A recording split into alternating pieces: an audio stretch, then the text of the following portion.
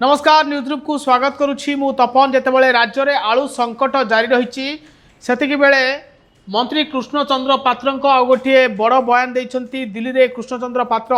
गोटे बयान देती 30 टंकार राज्य सरकार एवं आलू जगैदेवे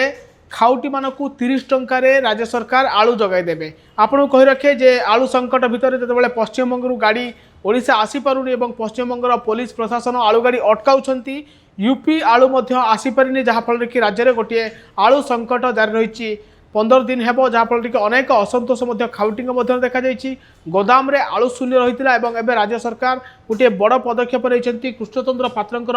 बयान आसूची जे राज्य सरकार पक्षर नाफेड जरिया खाउटी मानक 30 टंकार आलू जगैदेवे। सरकार को जिते आर्थिक बोझ अधिका पड़ू बर किंतु खाउटी को 30 टंकार आलू जगै दिज्व एवं पहर दिन सुधा आलू संकट दूर होब आलू जेते परिमाण आवश्यक सेते परिमाण आलू जगै दिज्व बोली मंत्री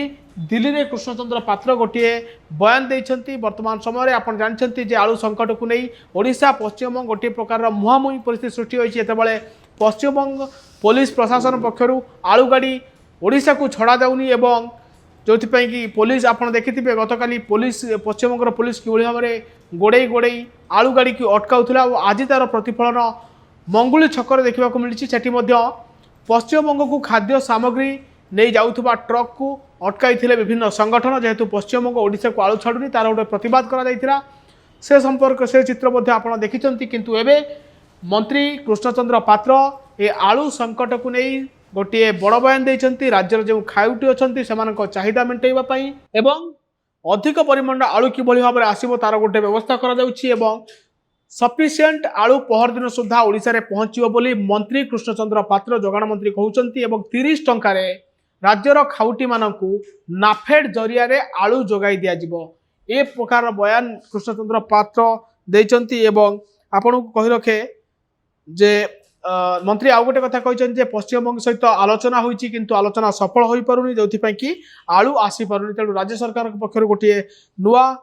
पदक्षेप निया नाफेड जरिया लोक मानक आलू जगै दिया पहर दिन सुधा राज्य को पर्याप्त परिमाण में आलू आसब एवं उच्चा दर में सरकार किणवे आलू किंतु खाउटी को 30 टंकार दिज्व आलूर अभाव रही जिते संख्यार आलू आवश्यक से परिमाण आलू जगै दिज्व बोली मंत्री कहते 30 टंकार एवं खाउटी पाइबे आलू राज्य सरकार आलू जगैदेवे।